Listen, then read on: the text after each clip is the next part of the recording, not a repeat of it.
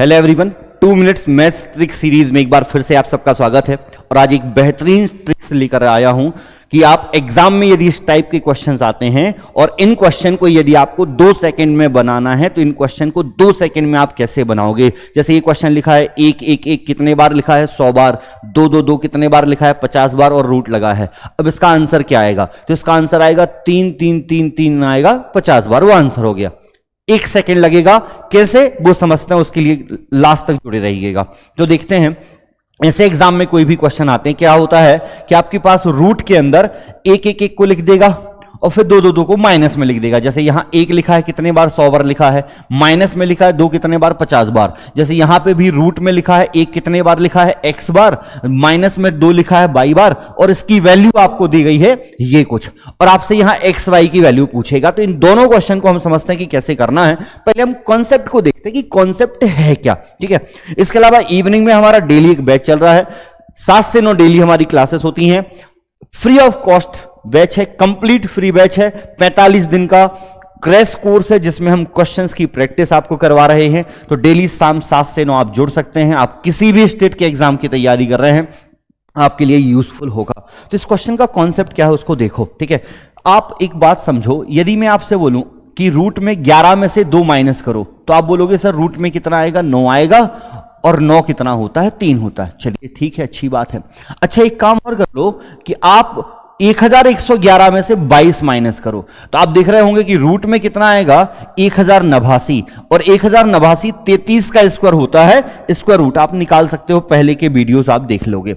अब बात यहां पैटर्न को समझो। देखो 1 कितने बार आया है 2 बार, और 2 कितने बार आया है 1 बार।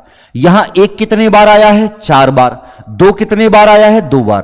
तो ये पैटर्न हमेशा ऐसा ही चलेगा कि जितने बार 1 लिखा होता है उससे जस्ट आधे बार 2 लिखा होता है।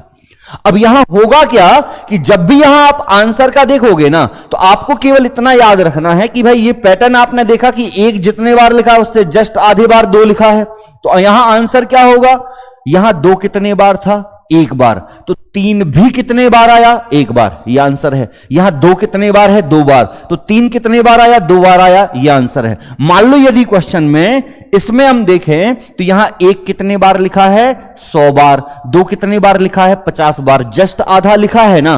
तो यहां आंसर में 2 50 बार है तो 3 भी 50 बार ही आएगा। तो आंसर क्या हो जाएगा आपका ऑप्शन सी, सॉरी आंसर क्या हो जाएगा ऑप्शन डी।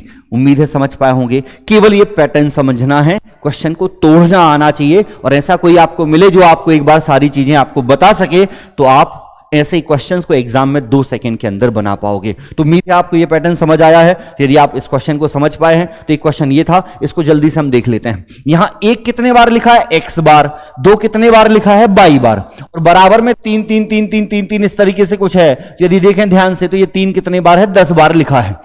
तो मैंने आपको समझाया कि यहां क्या होगा कि जितने बार 1 होगा उससे जस्ट आधे बार क्या होगा 2 होगा, और 2 जितने बार आएगा 3 उतने बार ही आंसर में आएगा। तो 3 यदि 10 बार आया है तो 2 10 बार आया होगा, और 1 उससे दुगना मतलब 20 बार आया होगा। तो x का मान क्या होगा 20, y का मान क्या होगा 10। रखोगे तो 20 या 60, 10 चौके 40, 100 होता है।